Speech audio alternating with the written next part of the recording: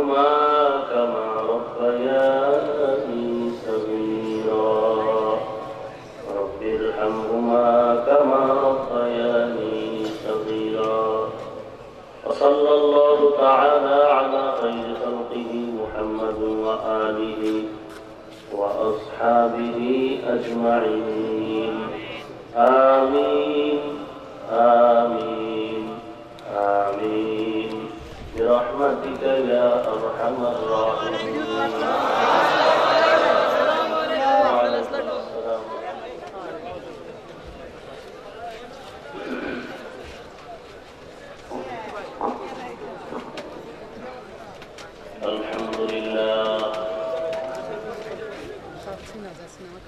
الحمد لله الذي جعل الشمس والقمر بحسبان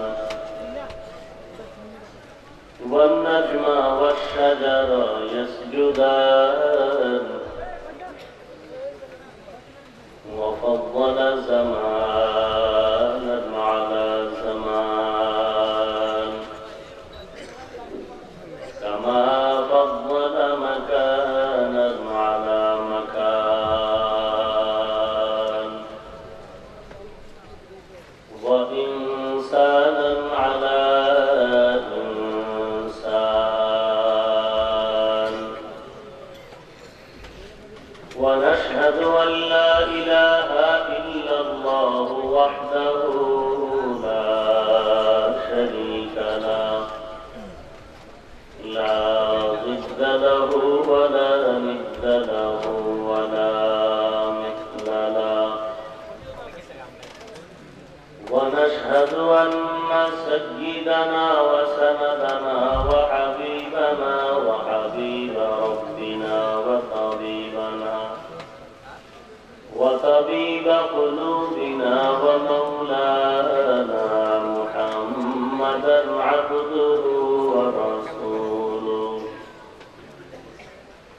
صلى الله تعالى عليه وعلى آله وأصحابه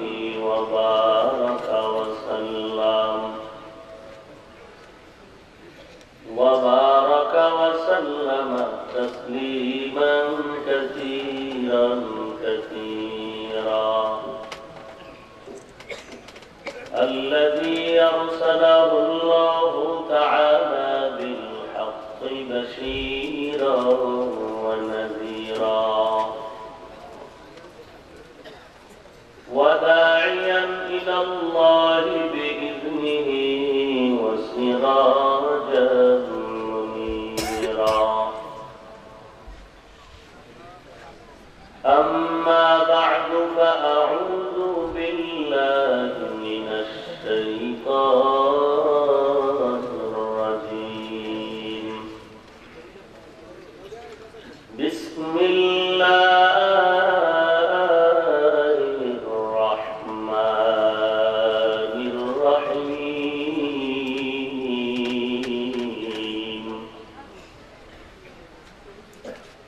ما آتاكم الرسول فخذوه وما نهاكم عنه فانتهوا. وقال تعالى: لقد كان لكم في رسول الله أسوة حسنة. وقال النبي صلى الله عليه وسلم: تركت فيكم أمرين لن تضلوا ما تمسكتم بهما كتاب الله وسنة رسوله أو كما قال النبي عليه الصلاة والسلام. صدق الله مولانا العظيم وصدق رسوله النبي الكريم. ونحن على ذلك من الشاهدين والشاكرين والذاكرين والحمد لله رب العالمين. اللهم صل على روح محمد في الأرواح وعلى جسد محمد في الأجساد وعلى قلب محمد في القلوب وعلى قبر محمد في القبور سبحانك لا علم لنا إلا ما علمتنا إنك أنت العليم الحكيم رب اشرح لي صدري ويسر لي أمري واحلل عقدة من لساني يفقهوا قولي تکبیر میں کلمہ میں نمازوں میں ادا میں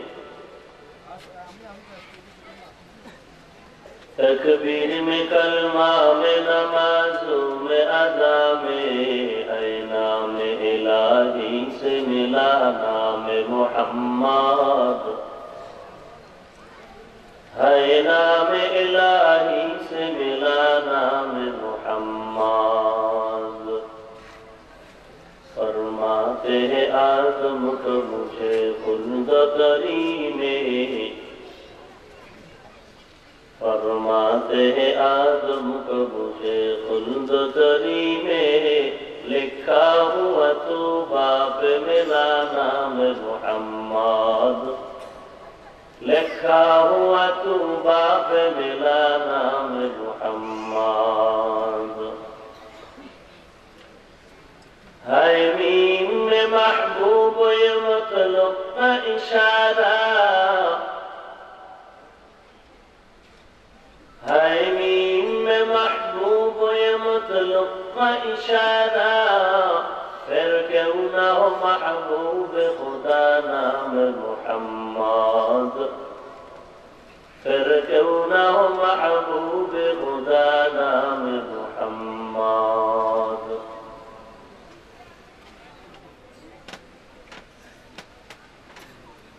আদর্শ ছাত্র ও যুব সমাজের উদ্যোগে আয়োজিত সপ্তম বার্ষিক ইসলামী সম্মেলনের আজ ৩রা মার্চ ২০১৭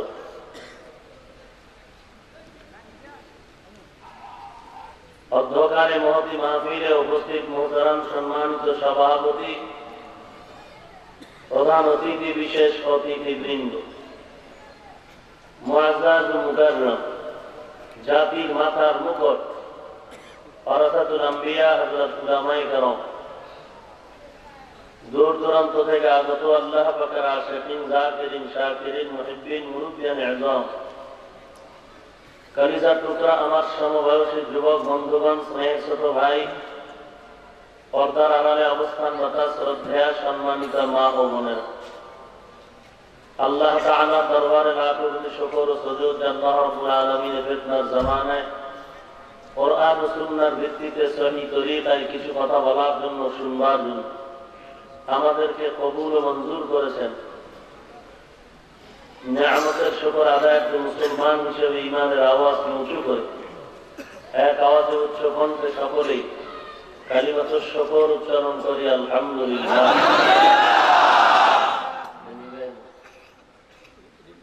লক্ষ কোটি দরুদ ও সালাম সাইয়্যিদুল মুরসালিন রাহমাতুল লিল আলামিন শফিউল মুযনিবিন খাতামুন নবিয়্যিন সাইয়্যিদুস সাকালাইন ইমামুল মুরসালিন শফিউ আযম রাসূল আকরাম রাহমাত আলাম নবিয়ুল আরব ওয়াল আজাম হাবিব কিবরিয়া أشرف الأنبياء سيد الأنبياء شفيع محشر ساقي كوثر آقاء نامدہ مدینہ کا تاجدار آفتاب نبوت فخر موجودات سید المخلوقات حضرت محمد الرسول اللہ صلی اللہ علیہ وسلم ঘুরে না পিছনে চাপ দেন তো ঘুরে দিবে।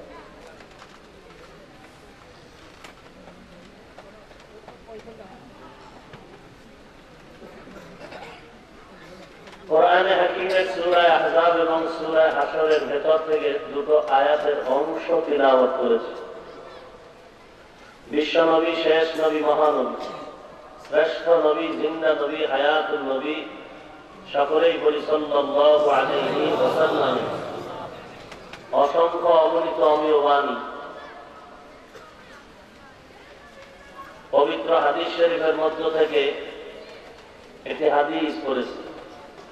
তিলাওয়াতকৃত আয়াতে কারিমা ও হাদিসে পাকের আলোকে সহি তরিকায় ইখলাস ও রুহানিয়াতের সমন্বয়, ধৈর্যের পরিচয় কিছু কথা আমাকে বলার মতো, আপনাদেরকে শুনবার মতো হিম্মত, শক্তি, তৌফিক আল্লাহ পাক দান করুন, আমিন। মা আতাকুমুর রাসূলু ফাখুযু ওয়া মা নাহাকুম আনহু ফান্তাহু।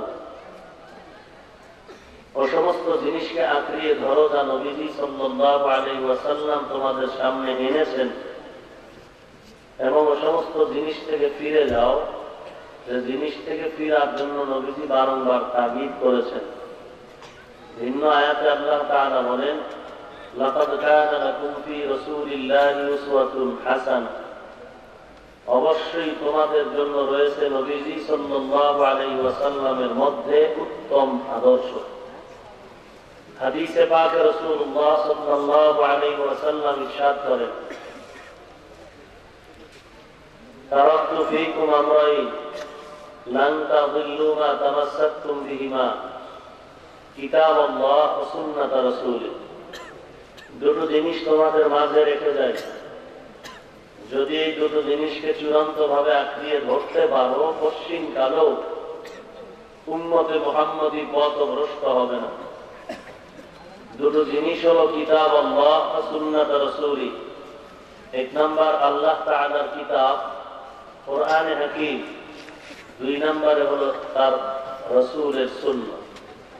এ হলো আয়াত ও হাদিসের সংক্ষিপ্ত তরজমা। আপনারা যদি ধৈর্য ধারণ করে বসেন, আল্লাহ তাআলা যদি দয়ার নজর দেন, তাহলে আয়াত হাদিসের আলোকে কিছু অনুবাদ মুফাসসিরিন কেরাম ও মুহাদ্দিসিন কেরামগণের লিখিত কিছু কথা পুনরাবৃত্তি করে আমি আপনাদেরকে শোনাবার ইচ্ছা পোষণ করতেছি। ওয়া মা তাওফীকি ইল্লা বিল্লাহ। শুরুতে যে কথাটা আমি আপনাদের থেকে নিতে চাচ্ছি, দোয়াটা করে শেষ, দোয়া করে যাবেন না তার আগেই যাবেন? উঠা বসা করলে যারা বসে আছেন শ্রোতা হিসেবে এদেরও ডিস্টার্ব, আমাদেরও যথেষ্ট ক্ষতি। অতএব এমনটা করবেন না, অনুরোধ থাকলো। ময়দানে পবিত্র মজলিসের এত নাম যে বসার সাথে সাথে এই গুনাহমাফ। আল্লাহ তাআলা মাহফিল কবুল করুন, আমিন। এর পেছনে যারা সহযোগিতা করেছেন, কর্তৃপক্ষ, টাকা পয়সা, পরামর্শ দিয়ে, সময় দিয়ে এবং জনপ্রতিনিধির দায়িত্বে থেকে যারা সহযোগিতা করেছেন, প্রশাসনিক ভাবে যারা সহযোগিতা করেছেন, আল্লাহ তাআলা মাহফিলের ওসিলায় প্রত্যেককেই দুনিয়াতে শান্তি এবং পরকালে মুক্তির ব্যবস্থা করে দিন, আমিন। আল্লাহ তাআলা মাহফিল আমাদের সকলের হেদায়েতের জরিয়া হিসেবে কবুল করুন, আমিন। আলোচনার কথা দুইটা, রাত্র বেশি করা যাবে না। আল্লাহ যতটুকু বলা, দুটো কথা দিয়ে আমরা কথা শুরু এবং শেষ করে ফেলব। এক নাম্বার কথা হলো নবীজি সাল্লাল্লাহু আলাইহি ওয়াসাল্লাম এই জমিনে কি নিয়ে আগমন করেছেন। দ্বিতীয় কথা হলো নবীজি এ জমিন থেকে বিদায় বেলা কি রেখে চলে গেছেন। এই দুই কথা ভালো করে বুঝবো এবং বাস্তবায়নের চেষ্টা করবো ইনশাআল্লাহ। মোবাইলের ফ্ল্যাশ বন্ধ। নবীজি কি নিয়ে আসলেন এবং কি রেখে চলে গেলেন। প্রথম কথার জবাব হলো নবীজি সাল্লাল্লাহু আলাইহি ওয়াসাল্লাম এ জমিনে উত্তম আদর্শ নিয়ে আসলেন। কি নিয়ে আসলেন? মনে রাখবেন কথাটা। কি নিয়ে আসলেন? নবীজি কি রেখে চলে গেলেন? এই প্রশ্নের জবাব হলো নবীজি দুটো জিনিস রেখে চলে গেলেন। কতটা জিনিস? দুটো জিনিস। আওয়াজ দিতে কোনো বাধা আছে না? আমরা উগ্রবাদী না, আমরা জঙ্গিবাদী না, আমরা বোমাবাজ দলের না, আমরা উশৃঙ্খল জাতি না। আমরা নিশ্চিতভাবে গ্রান্তিযুক্ত সর্বস্বীকৃত দ্বিতীয় বৃহত্তম মুসলিম দেশ বাংলাদেশের আদর্শবান মুসলমান নাগরিক। এ দেশ মুসলমানের দেশ। শুধু মুসলমানের দেশ হিসাবেই খ্যাতি লাভ করেনি, দ্বিতীয় বৃহত্তম মুসলিম দেশ। এ কথাটা বিশ্বাস বুঝলেন? এ কথাটা মরহুম শেখ মুজিবুর রহমান সাহেবের। আন্দাজি বুঝলেও ঠিক, না বুঝলেও ঠিক। পেঁচে তো এই জন্য করেন, আর আমরাও করি।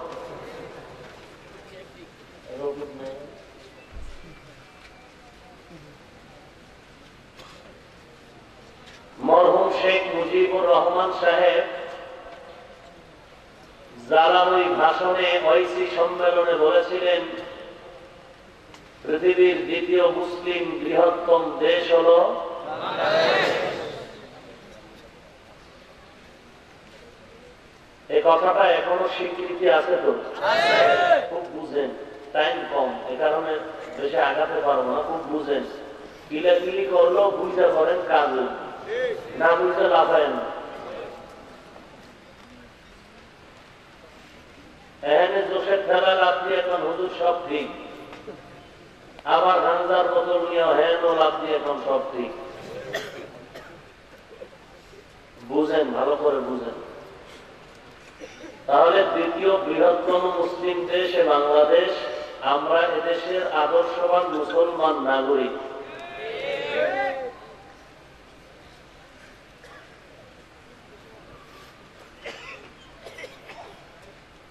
আমরা মুসলমান হিসেবে সংখ্যা গরিষ্ঠতার দিক থেকে আমরা সর্বোচ্চ এদেশে। আপনারা জানেন, সংসদ যখন চলে, কোন একটা বিল উত্থাপন করে তার রায় পেশ করার জন্য মাননীয় স্পিকার সাহেবা অথবা সাহেব তিনি বলেন, আমার এই বিল পাশের উপরে যারা রাজি তারা হা বলুন, যারা রাজি না তারা। এখন নাও আওয়াজ হয়, হাও হয়, কিন্তু জয়যুক্ত হয় কোনটা? যার সংখ্যা বেশি। যার সংখ্যা বেশি, আওয়াজও কি বেশি। তখন বলেন হ্যাঁ জয়যুক্ত হয়েছে, না ওয়ালাদের সংখ্যা বেশি হলে না জয়যুক্ত হয়েছে। এদেশ মুসলমানের দেশ, সরকার মুসলমান, এদেশের জনগণ মুসলমান। সংখ্যা গরিষ্ঠতার দিক থেকে এদেশ মুসলমানের দেশ, মুসলিম হিসেবে অনেক আগানো। অতএব যে কোনো আওয়াজ দিতে গিয়ে মুসলমানের পক্ষেই হ্যাঁ জয়যুক্ত হবে, এতে কোনো সন্দেহ নেই। আমরা সে মুসলমান দেশের আদর্শবান নিষ্কলঙ্ক মুসলমান নাগরিক। আমাদের দ্বারা দেশ এবং সরকারের কোনো ক্ষতি হয়নি, বরং হয়েছে যথেষ্ট পরিমাণ উপকার। আধা মিনিটে বলে দেই সংক্ষেপ উপকার কি, বিস্তারিত বলার সুযোগ নেই। 40 বছরের সাজানো মুসলমানের পরিবার সাজাইতে গিয়ে আমার মতো টুপিওয়ালা মাদ্রাসায় পড়ুয়া হুজুর না, বরং এদেশের আল্লাহওয়ালা পীর মাশায়েখ গণের মেহনতের দ্বারা, দাওয়াত ও তাবলীগের মেহনতের দ্বারা শাহজালাল শাহ পরান শাহ আমানত রাহিমাহুমুল্লাহ তাআলা, শাহ আলী খানজাহান আলী, হাফিজি হুজুর, পীরজি হুজুর রহমতুল্লাহ আলাইহি, শেখুল হাদিস আল্লামা আজিজুল হক রহমতুল্লাহ আলাইহি, কারি ওবায়দুল হক রহমতুল্লাহ আলাইহি, শামসুল হক ফরিদপুরি রহমতুল্লাহ আলাইহি, হাজী শফিউল্লাহ রহমতুল্লাহ আলাইহি, উজানি কারি ইব্রাহিম রহমতুল্লাহ আলাইহি, সাসিনার নিসারউদ্দিন রহমতুল্লাহ আলাইহি, চরমনার সৈয়দ মুহাম্মদ ইসহাক রহমতুল্লাহ আলাইহি, সৈয়দ ফজলুল করিম রহমতুল্লাহ আলাইহি, অসংখ্য অগণিত পীর মাশায়েখগণের অক্লান্ত চোখের পানি ঝরানো বিনয়ী বয়ানের দ্বারা, উলামায়ে আহলে হকদের মেহনতের দ্বারা এদেশের লক্ষ লক্ষ লক্ষ ইংরেজি পড়ুয়া সাধারণ মূর্খ মানুষ আজ দাড়িওয়ালা 5 ওয়াক্ত নামাজি।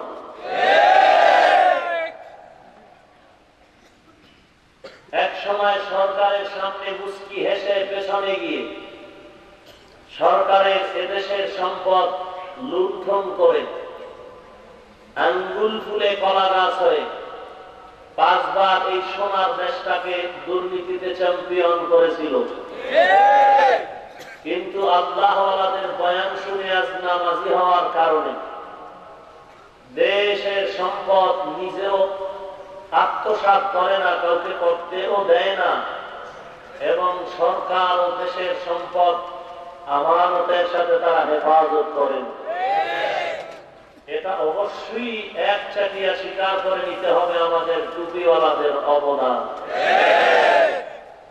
যারা এই অবদানকে অস্বীকার করবে তারা এদেশের জাতীয় স্বৈরাচার। অতএব ক্লিয়ার আমরা বুঝতে পেরেছি আমাদের দ্বারা দেশের কোনো ক্ষতি হয়নি। মাঝখানে কথা হলো এদেশের কওমি মাদ্রাসা কোন জগতের থেকে তৈরি, এ মাদ্রাসা বন্ধ হয়ে যাক, এখানে জঙ্গি প্রযোজন কেন্দ্র, জঙ্গি তৈরি হয়। আলহামদুলিল্লাহ, লক্ষ কোটি শুকর, আমাদের চোখের পানি, আল্লাহওয়ালাদের চোখের পানি বাস্তব নমুনা আমরা পেয়েছি 40 বছর পরে। এদেশের সরকার বুঝতে সক্ষম হয়েছেন, এদেশের প্রশাসনিক দায়িত্বে যারা নিয়োজিত তারাও বুঝতে সক্ষম হয়েছেন। আসলে কওমি মাদ্রাসা কি জিনিস আমরা ইতিপূর্বে জানি নাই। তদন্ত সূত্রে আমরা ভালো করে তদন্ত করে আজ জানতে পেরেছি কওমি মাদ্রাসা আসলেই কোন জঙ্গির প্রযোজন কেন্দ্র নয়, বরং এদেশের আদর্শ মানুষ তৈরি করার একটি কারখানা।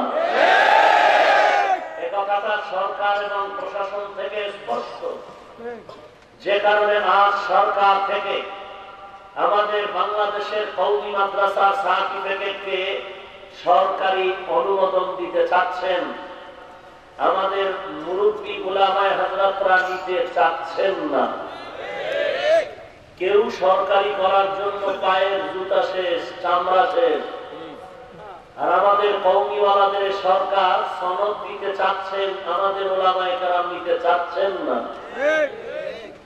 এই শর্তে দিতে চাচ্ছেন যে আমাদের স্বাধীনতার উপরে কোনো হস্তক্ষেপ যদি না হয়, তাহলে আমরা আমাদের অবস্থানে থেকেই আমাদের গতিবিধি নিয়ে সামনে আগাবো। এভাবে হলে আমরা চাই অন্যথায় আমরা 40 বছর যেমন ছিলাম, কারো কাছে ভিক্ষার হাত বিছাতে হয়নি, আমরা আরো 1000 বছর এভাবেই চলব, তারপরেও কোন দুনিয়াওয়ালার পায়ের নিচে মাথা নত করব না। আসলে ব্যাপার কিছু না, তাবিজ কোরআন শরীফে দেওয়া। পৃথিবীর টপ লেভেলের অস্ত্রের গাইডের নাম কোরআন, আমরা ব্যবহার করতে জানি না। কিয়ের বন্দুক আর রাইফেল, কোরআনের অস্ত্রের সামনে বন্দুকের গুলি বন্ধ হয়ে যায়। আমাদের হাতে অস্ত্র ব্যবহার করতে জানি না। পানি বলে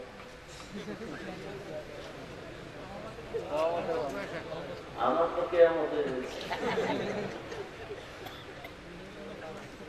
ভাইরা আমার,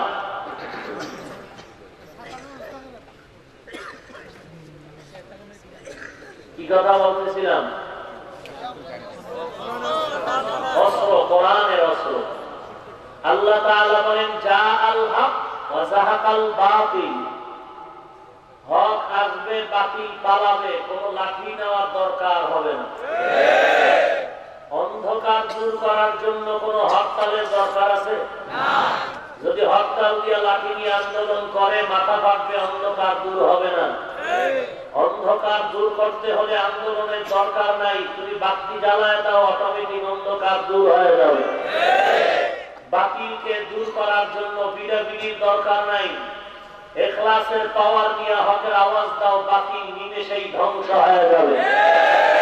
ধ্বংসের ব্যাখ্যা এমনটা না সব মরে যাবে, বরং ধ্বংসের ব্যাখ্যা হলো আল্লাহ যদি হেদায়েত রাখেন তারা বাতিলের পথ থেকে তওবা করে আহলে হকের ব্যানারে চলে আসবে। কিন্তু হক হকের মতো হয়ে আসতে হবে। বাতি জ্বলবে, অন্ধকার দূর হবে, কিন্তু বাতি জ্বালাবার আগে দেখতে হবে দুইটা ফিউজ আছে, দুইটা তার আছে, নেগেটিভ পজিটিভ, কালেকশন মজবুত কিনা পাওয়ার হাউসের সাথে।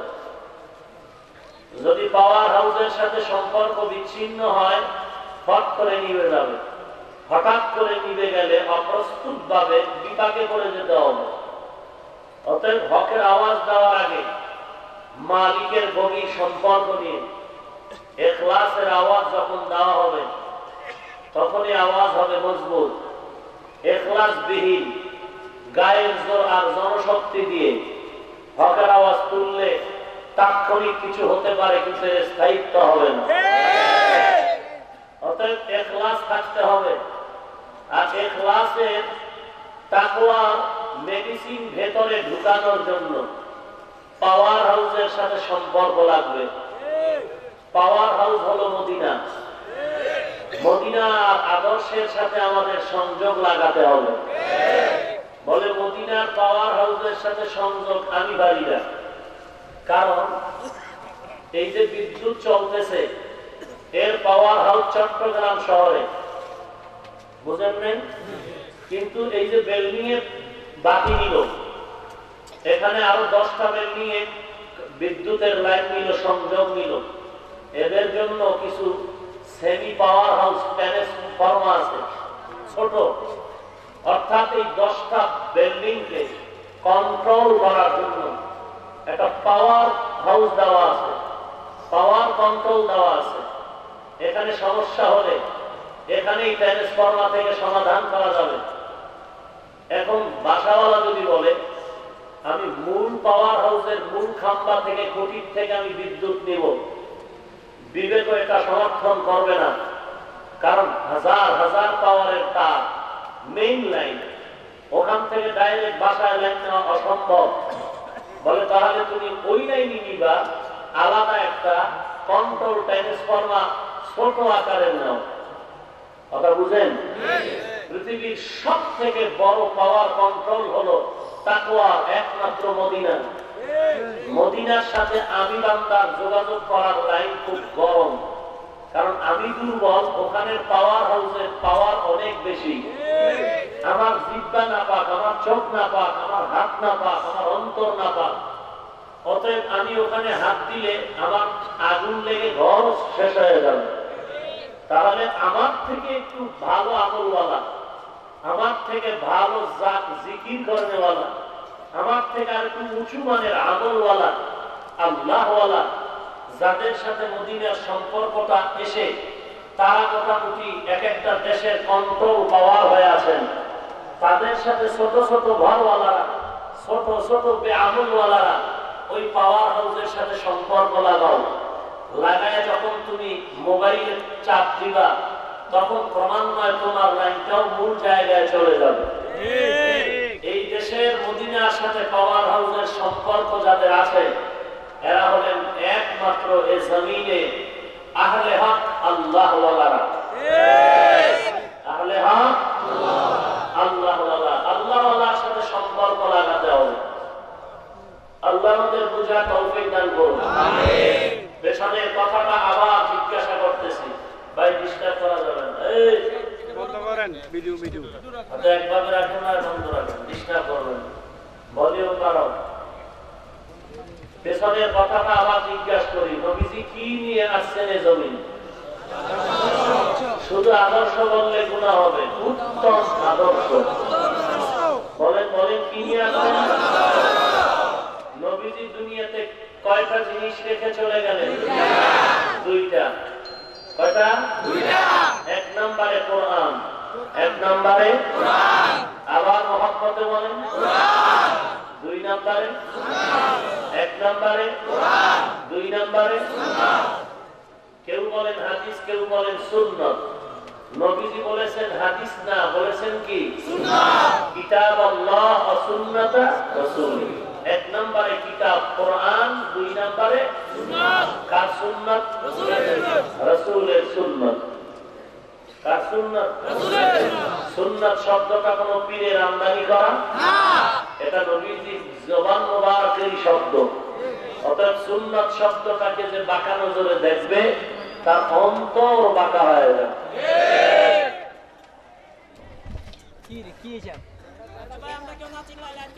তাহলে আল্লাহ তাআলা বলছি না বাংলাদেশ আমার, আমার দেশে হিন্দু থাকবে কোনো বাধা নাই, খ্রিস্টান থাকবে কোনো বাধা নাই, ইহুদি থাকবে কোনো বাধা নাই, বেঈমান থাকবে কোনো বাধা। হিন্দু তার হিন্দু ধর্ম পালন করবে স্বাধীনভাবে, তবে মুসলমানের দেশে কোনো হিন্দুদের মাস্তানি চলবে না, কোনো বেঈমানের মাস্তানি চলবে না। আমরা আদবের সাথে বলছি আমাদের মুসলমানের মাথার উপরে কোনো মূর্তি থাকতে দেয়া যাবে না, এটা আমাদের আদবের দাবি। কথা বুঝেন নাই? আল্লাহ আমাদের বুঝার তৌফিক দান করুন। নবীজি কি নিয়ে আসলেন? কি রেখে চলে গেলেন? কোরআন আর সুন্নাত। নবীজি হাদিস বললেন না কেন?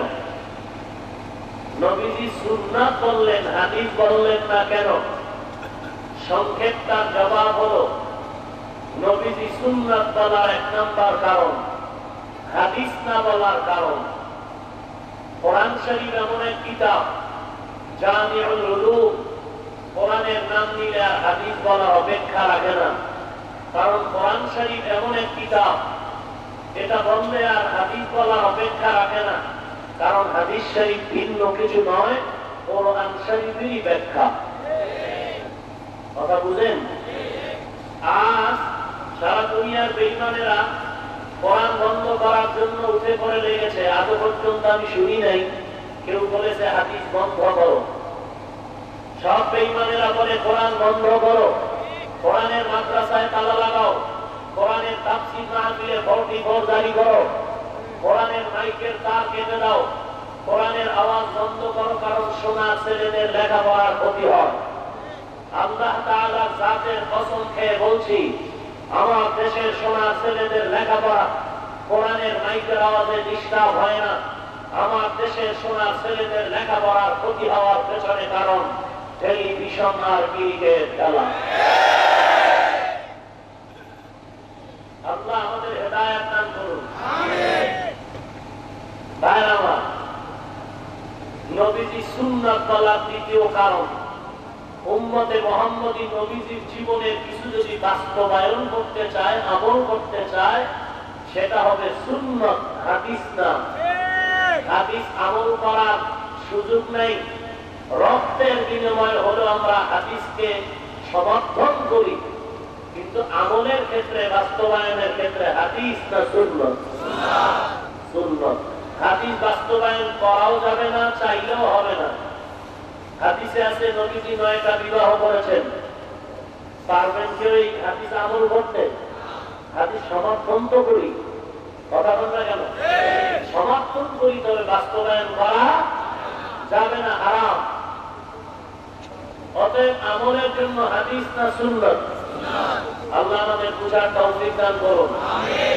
বর্তমান বিশ্বের ভেতরে আহলে কোরআন আছে, অর্থাৎ তারা কোরআনে যা আছে তা মানে অন্য কিছু না। পৃথিবীতে এক ব্যানার আছে আহলে হাদিস, এরা কোরআনের থেকেও হাদিসকে প্রাধান্য দেয়। কিন্তু হাকিকতে পৃথিবীর কোথাও আহলে কোরআন নাই, হাকিকতে পৃথিবীর কোথাও আহলে হাদিস নাই। আছে শুধু এই নামের মাস্তারি। মুসলমান নবীর উম্মত আহলে হাদিস হবে না, মুসলমান নবীর উম্মত আহলে কোরআন হবে না, মুসলমান নবীর উম্মত হবে আহলে সুন্নাত ওয়াল জামাত। মুসলমান কি হবে? আহলে সুন্নাত ওয়াল জামাত। এই ব্যানারে আমাদেরকে আল্লাহ এক করে দিন। এই স্লোগানটা নবীজি থেকেই আমদানি করা, আমাদের মাস্তানি করা, বানানো না। যাই হোক, আমি মূল কথায় চলে যাই। কথা সবই মূল। নবীজি আবার বলেন কি নিয়ে আসলেন? সবাই বলেন। আপনাদের একটু কষ্ট হচ্ছে মনে হয়। আল্লাহ আমাদের কবুল করেন। উত্তম আদর্শ কেমন? বলে এমন আদর্শ আজ পর্যন্ত পৃথিবীতে আবির্ভূত হয়নি, কিয়ামত পর্যন্ত এমন আদর্শ আর আসবে। কেমন উত্তম? পৃথিবীতে নবীজি যখন আদর্শ নিয়ে আসলেন, ওই সময় মক্কার মানুষ ছিল পৃথিবীর শ্রেষ্ঠ বিয়াদত, মক্কার মানুষ ছিল শ্রেষ্ঠ দুশ্চরিত্র, মক্কার মানুষ ছিল চূড়ান্ত খারাপ, পৃথিবীর শ্রেষ্ঠ খারাপ রোগী। মক্কার মানুষের শ্রেষ্ঠ চিকিৎসার জন্য, শ্রেষ্ঠ ঔষধ দিয়া শ্রেষ্ঠ নবীকে, মদিনার নবীকে মক্কার জমিনে আল্লাহ পাঠায় দিলেন। নবীর উত্তম আদর্শ পেয়ে অসভ্য মানুষগুলো কি হলো? ইতিহাস প্রমাণ করে স্বর্ণের মানুষ হলো। কেমন স্বর্ণের মানুষ? 10 জন সাহাবা দুনিয়াতেই জান্নাতের টিকেট পেয়েছেন। সুবহানাল্লাহ। আওয়াজে কোনো অ্যালার্জি আছে? মহব্বতে পড়েন। কতটা গুনাহ হলো? কি হলো? সওয়াবের দরকার নেই। কিছু তারসেরা বলে এত সওয়াব রাখবো কই? যে তারসেরা বলে ও সওয়াবের কাজ মোটেই করে না, লিখতে জানে না, মুস্তার জম। মাদ্রাসা মসজিদ মাহফিলে 1 টাকাও দেয় না, 1 টাকাও দেয় না। বারবার হিসাব চায় আর কয় ওয়াজের দরকারটা কি? এত ওয়াজের দরকার কি? কে বলে? হিন্দু, খ্রিস্টান, ইহুদি, কে বলে? মুসলমান। ওই মুসলমানকে প্রশ্ন করি, ভাইজান আপনি তো একবারও বললেন না এত ওয়াজের দরকার কি? না বলে আপনি একবারও বললেন এত যাত্রা গানের দরকার কি? আপনি মুসলমানের সন্তান, একবারও বললেন না এত সিনেমার প্রয়োজন কি? আপনি মুসলমানের সন্তান, একবারও বললেন না ভ্যালেন্টাইন্স ডে নামের বেশ্যা দিবসের দরকার কি? আপনি একবারও বললেন না পহেলা বৈশাখের ল্যাংটা মেলার প্রয়োজন কি? আপনি একবারও বললেন না পহেলা এপ্রিলের এ সমস্ত নাস্তিকতার প্রয়োজন কি? আপনি যেহেতু মুসলমানের ঘরে জন্ম নিয়ে বললেন এত ওয়াজের প্রয়োজন কি? ডাইরেক্ট আপনাকে সংক্ষেপ জবাব হলো আপনার মতো আল্লাহর গোলামদের সাইজ করার জন্যই হলো এই ওয়াজের আয়োজন।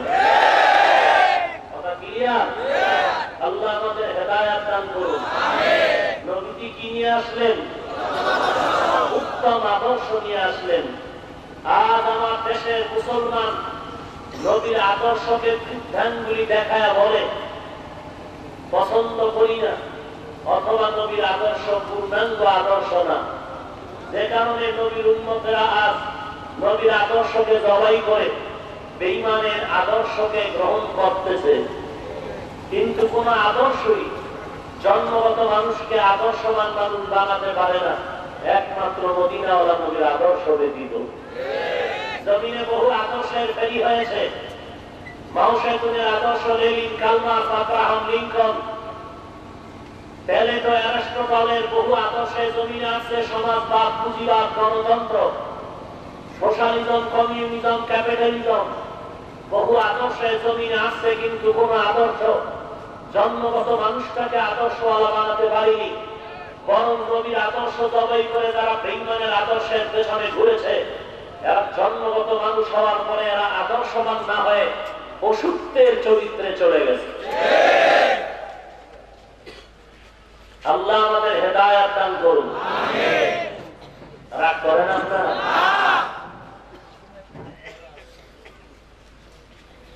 নবীজির আদর্শ এত সুন্দর, কত সুন্দর। আঙ্গুলের নখগুলি কিভাবে কাটবে, রাখবে। ও আশিকে রাসূল, বলো সেখানে কি নবীর সুন্নাত আছে? আদায় করলে সুন্নি, না করলে দাবিদার, মিথ্যাবাদী, কবিরা গুনাহগার। নবীর সুন্নাত আমল করলে সুন্নি অথবা আহলে সুন্নাত ওয়াল জামাত। বিশ্বা হুজুরকে খুব মায়া করি। হুজুর বলেন এক গ্লাস পানি দাও, বলে টাইম নাই। বিশ্বা হুজুরকে খুব মায়া করি। বিশ্বায় হুজুর বলেন আমার জুতা আগায় দাও, বলে টাইম নাই। এটা মহব্বত না বাটপারি? নবীর জন্য জীবন দিতে চায়, দাড়ি রাখতে চায় না।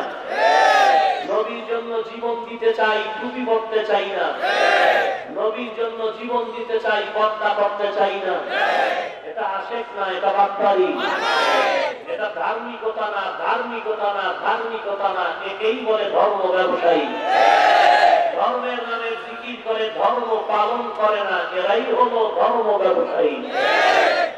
আল্লাহ আমাদের হেদায়েত দান করুন। আজকে যুবকরা সেলুনে চুল কাটার জন্য যায়। সেলুনওয়ালা বলে কি করবে? চুল কাটবে। বলে ইন্দুর হবি না বান্দর হবি? বলে কেন? বলে এখানে পিকচার গুলো টানানো আছে। কোন ক্রিকেটারের সিস্টেমে তুমি চুল কাটবে? ইঁদুর হলে দাম আলাদা, বান্দর হলে দাম আলাদা, চুলের উপরে টিকটিকি বানালে দাম আলাদা। ওরে আখিরি নবীর উম্মতের আশেকেরা, বলো চুল রাখার ভেতরে আর কাটার ভেতরে কি নবীর আদর্শ নাই?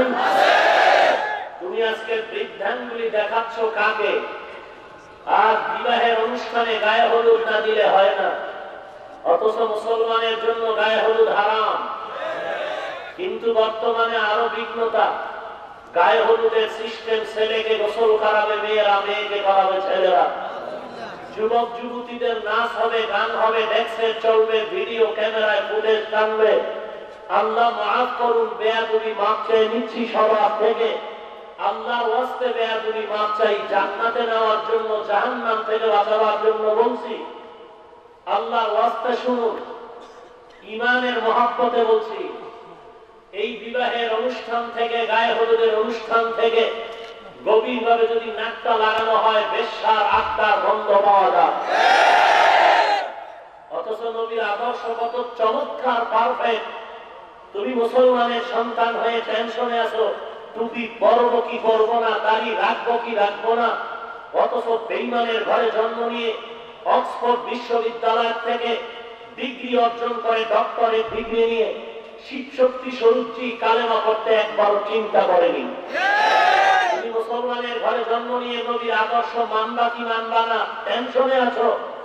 অথচ বেঈমানের ঘরে জন্ম নিয়ে মোহাম্মদ আলী কেলে নবীর আদর্শ গ্রহণ করতে টেনশন করেনি। তুমি মুসলমানের ঘরে জন্ম নিয়ে নবীর আদর্শ গ্রহণে টেনশনে আছো। অথচ শেখ আহমদ দিদার নবীর আদর্শ গ্রহণে টেনশন করেনি। তুমি আজ মুসলমানের ঘরে জন্ম নিয়ে নবীর আদর্শ গ্রহণে টেনশন করো। অথচ ওই যে পাকিস্তানের পপ শিল্পী, পপ গানের গায়ক জমশেদ, জুনায়েদ জমশেদ, আল্লাহর মহব্বতে নবীর আদর্শ ভেতরে ঢুকায়া একবারও টেনশন করেনি। কয়েকদিন আগে বিমান দুর্ঘটনায় টোটাল ফ্যামিলি জান্নাত বাকি হয়ে গেল। যেই পপ শিল্পী জুনায়েদ জমশেদের গান এখন ইন্টারনেটে আছে, তার ছবিও এমন দেওয়া আছে, অথচ কালেমার পতাকা তলে এই জুনায়েদ জমশেদ পাকিস্তানের পপ শিল্পী ইসলামের পতাকা তলে আসার পরে তার চেহারা দিয়ে তাকাইলে মনে হয় পাকিস্তানের জবরদস্ত একজন বুজুর্গ।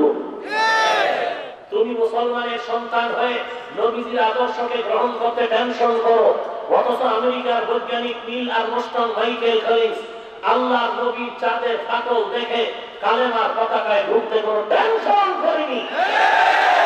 তাহলে বুঝতে হবে তুমি মুসলমান নামের কলঙ্ক, তুমি নবীর দুশমন, দুনিয়া নবীর ধান্দাবাজ।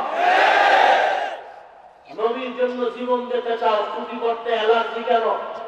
নবীর জন্য জীবন দিতে চাও, দাড়ি লম্বা করতে অ্যালার্জি কেন? আল্লাহ আল্লাহরা পায়ে ধরে বুঝায়, তাবলীগ আল্লাহরা পায়ে ধরে বুঝায়, বারবার মাপ চাই, এত নরম বুঝাই, এরপরও টুপি পড়তে চান না। আর আমাদেরকে কত গালি, এরপরও টুপি ছাড়তে চাই না। আপনার পায়ে ধরে বলি দাড়ি রাখেন, আপনি রাজি হন না। আর আমাকে হাজারো লোক দেখাইলো দাড়ি কাটা যাবে না। আচ্ছা, স্বার্থ কি? আমরা যে টুপি দাঁড়িয়ে এত গালি শোনার পরেও পালাই না, স্বার্থ কি? সরকার বাহাদুর আমাদের টুপি দাঁড়িয়ে আলাদা গোপনে ভাতা দেয় না, বরং আমরা জানি টুপি দাঁড়ির কারণে হাজার আলেম ফাঁসির মঞ্চে ঝুলেছে, এরপরও কেন পালাই না? এখানে যাদের টুপি দাঁড়ি নাই তারা জবাব দিবেন। আমাকে যদি 5 কোটি টাকা গোপনে দিয়ে বলা হয় দাড়ি কাটো, আপনারা বলেন আমি কাটবো? একটু চিন্তা করেন তো আগামী ব্যাপারটা কি? আপনার পাও ধরি এরপর রাজি হন না। আমাকে 5 কোটি টাকা দিয়ে যদি খন্ড বিখন্ড করে টুকরো করা হয়, এরপর আমি দাড়ি কাটবো না, আমি টুপি ছাড়বো না, ব্যাপারটা কি? স্বার্থ কি? তুমিও মুসলমান, আমিও মুসলমান, এত দ্বন্দ্ব কেন তোমার মাঝে আমার? তুমি এত হিংসা করো কেন আমাকে? কাউকে হিংসা করা কবিরা গুনাহ, নিজেকে বড় মনে করা কবিরা গুনাহ, কারো ভালো সহ্য করতে না পারাটা নিছক কবিরা গুনাহ। এই অপরাধগুলো আমার ভেতরে আছে, আপনার ভেতরে আছে কিনা আল্লাহু আ'লাম। এতগুলো অপরাধ নিয়ে আমি কান্না করি, বুজুর্গ পাইলে জোতা টানি।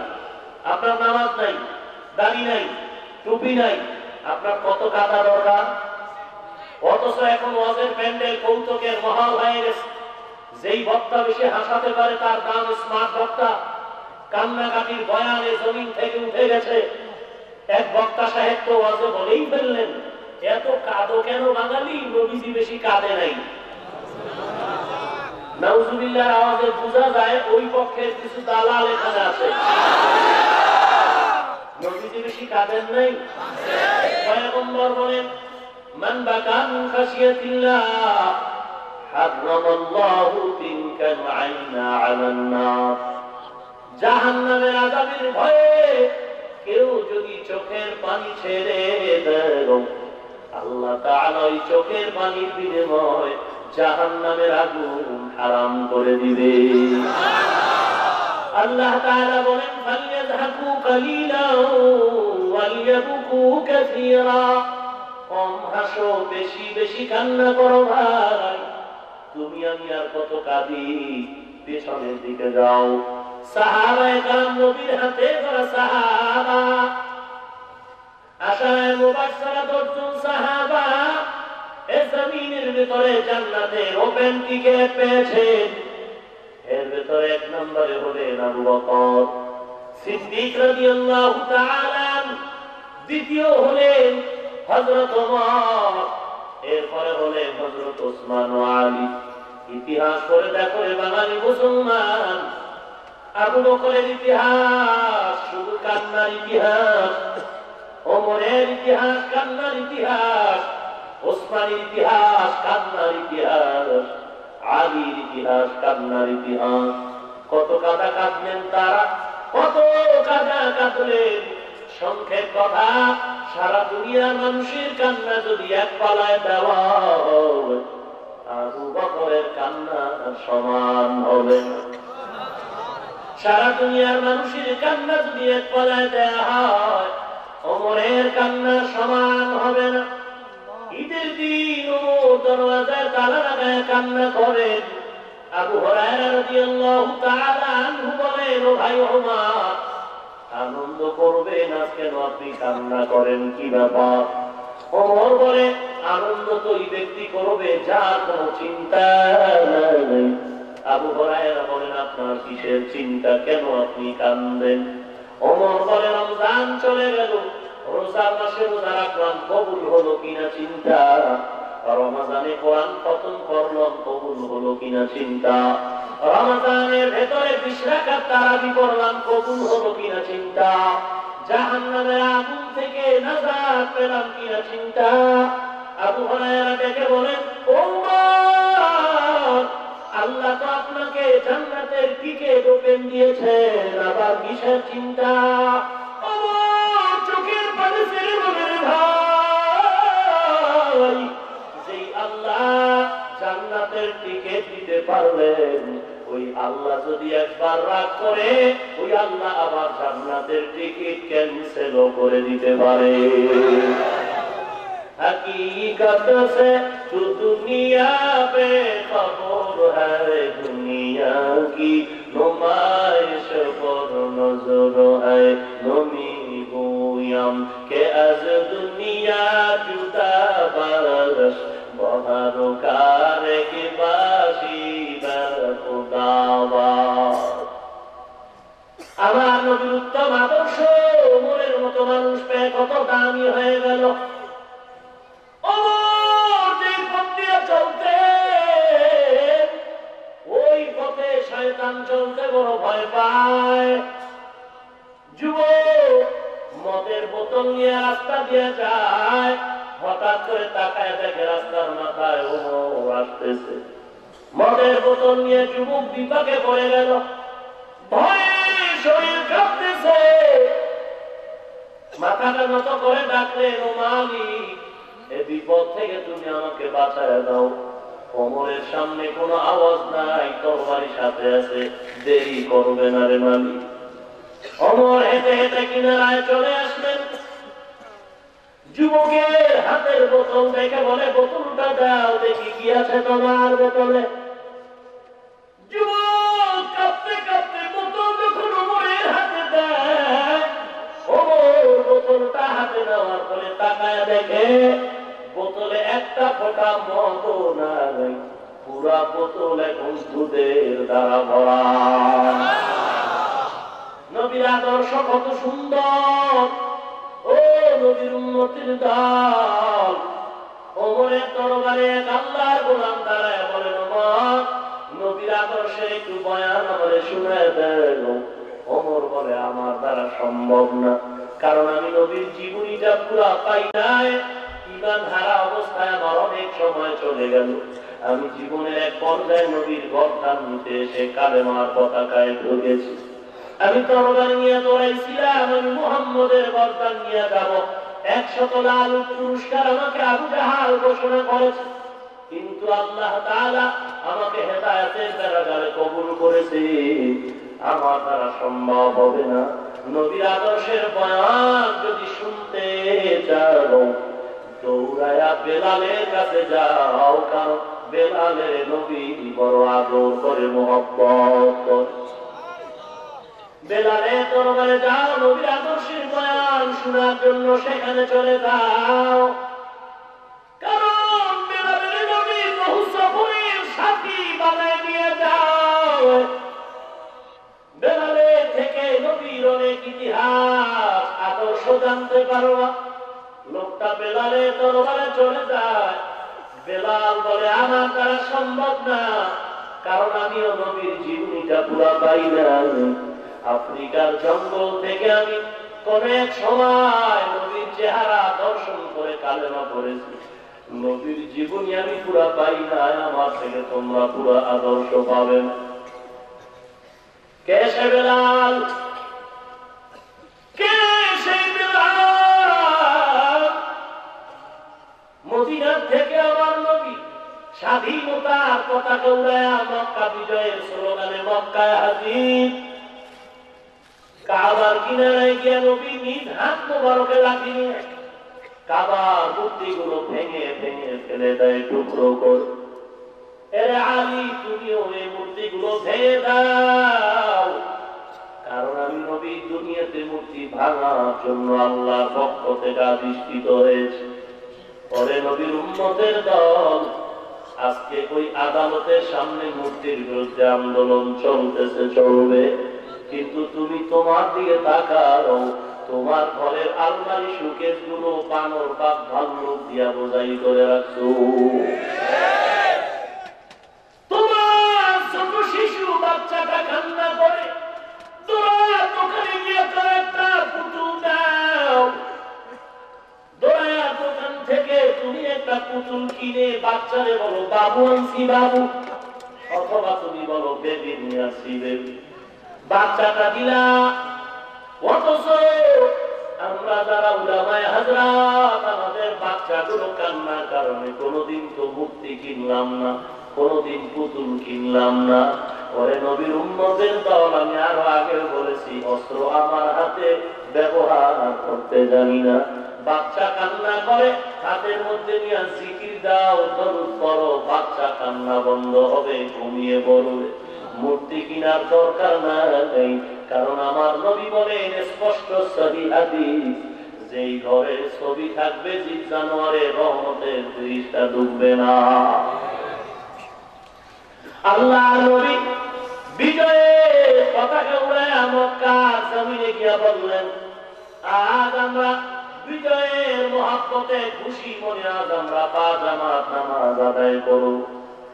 আজ আমাদের আযান যিনি দিবেন তার কপাল খুলে যাবে বিজয়ের আযান, কারণ এই মক্কা থেকে আমি চোখের পানি ছেড়ে বিদায় হয়েছি। আজ আমি আনন্দ করে পতাকা নিয়ে আছি, স্বাধীনতার পতাকা। আজ আমার আনন্দের দিন, আমি আজ বিজয়ের নামাজ আদায় করব। আজ বিজয়ের আযানকে দিবে তিনি হবেন বড় ধন্য ইতিহাসের পাতা। নবী মশওয়ারায় বসেন, একজন দাঁড়ায় বলেন, পয়গম্বর, আজকের বিজয়ের আযান কেউ দিবে না, একমাত্র আপনার আদরের সাহাবী আবু বকর দিবে। নবী বলেন, তার কারণ? সাহাবী বললেন, পয়গম্বর, যেদিন আপনাকে মক্কা থেকে কওমের লোকেরা রাতের বেলা তাড়া দেয়, আপনি তো বলেছেন, বলে হ্যাঁ বলেছি, ওই রাতের কথা স্মরণ করুন। আরে সাহাবী, আমি হিজরতের রাতে যখন ঘর থেকে বেরিয়ে যাই, দুশমনেরা চতুর্পাশে আমাকে হত্যা করার জন্য অস্ত্র নিয়ে দাঁড়ায়। আল্লাহর আদেশে হেফাজতের মাধ্যমে বেরিয়ে একজনে আমি আবু বকরের ঘরে চলে গেলাম। আবু বকরের ঘরে গিয়ে আস্তে করে একটা ডাক দিলাম। আবু বকর একটা ডাকে সাড়া দিয়ে বলেন, লাব্বাইক ওয়া সাআদাইক ইয়া রাসূলুল্লাহ। নবী বলেন, আমি আশ্চর্য হয়ে গেলাম, ছোট করে ডাক দিলাম, আপনি সজাগ হয়ে জবাব দিলেন, আপনি কি ঘুমান নাই? নবী বলেন, আমি অনেক আস্তে আওয়াজ দিয়েছি।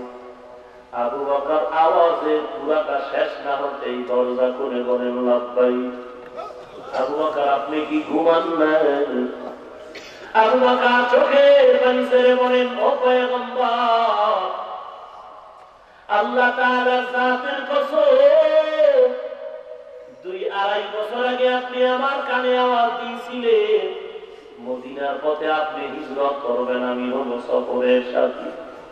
আল্লাহর জাতের শপথ করে বলিয়ে পয়গম্বর, ওই 2.5 বছর আগে থেকে আপনার আওয়াজ পাওয়ার পর আমি যত ব্যস্ত থাকি, ঘরের ভেতরে এসে আমি একটা সেকেন্ডের জন্য ঘুমাই না, দরওয়াজার কিনারায় দাঁড়ায় অপেক্ষা করি আমার নবী কখন আসবেন আর আবু বকর বলে ডাক দিবেন।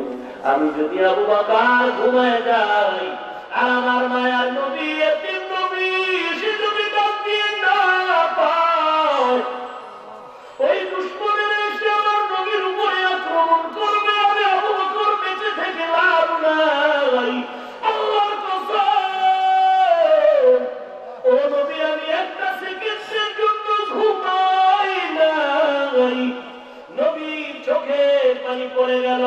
ওরে আবু বকর, এগুলো মানুষের দ্বারা কিভাবে সম্ভব? একদিন দুদিন তিন দিন, কিন্তু না, এক বছর, 2 বছর, 2.5 বছর পর্যন্ত আপনি ঘুমান নাই। আবু বকর কান্না করে বলেন, ও পয়গম্বর, আমি আবু বকর একা ঘুমাই নাই তা না, আমার ঘরে আমার ছোট মেয়ে আসমা নামের মেয়েটা ঘুমায় নাই।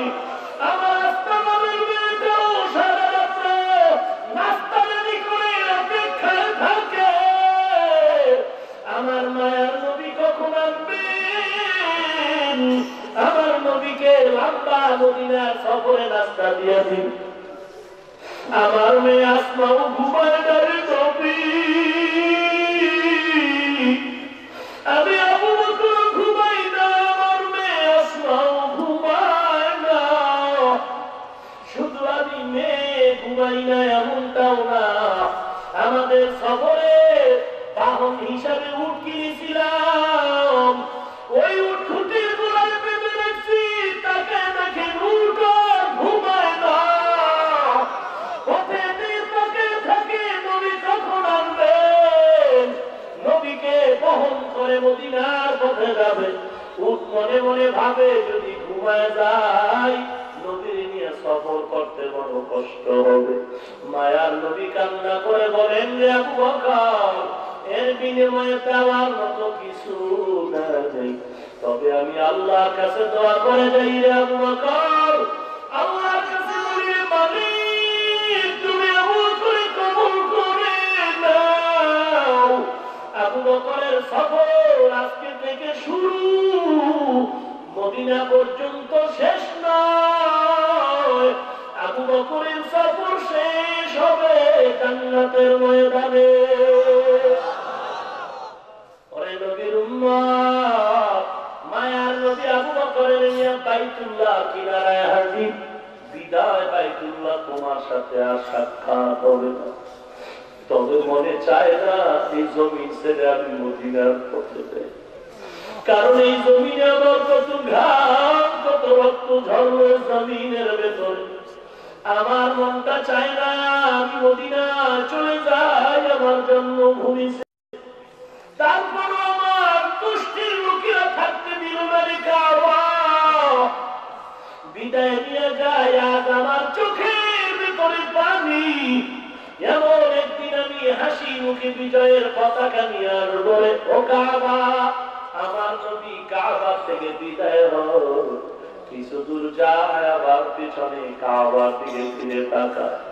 এর নবীর উম্মতের দল সাহাবী আবু বকরের হক বর্ণনা করে বলেন, নবী আজ বিজয়ের আযান আবু বকর ছাড়া কেউ দিবে না। নবী বলেন, বসেন, আর একজন মশওয়ারা দেন। আর একজন দাঁড়ায় বলেন, ও পয়গম্বর, আজকের এই মক্কা বিজয়ের আযান দিবে হযরত ওমর, আর কেউ দিবে না, কারণ ওমরের ব্যাপার আপনি বলেছেন। ওমরের অবদান ভুলার মতো না, আপনিই তো বলেছেন, লাউ কানা বা'দি নাবিয়্যান লাকানা ওমর। নবী আপনিই বলেছেন, দুনিয়াতে আমার পরে যদি কোনো নতুন নবী হতো, তাহলে ওমর হতো আপনার পরের নবী।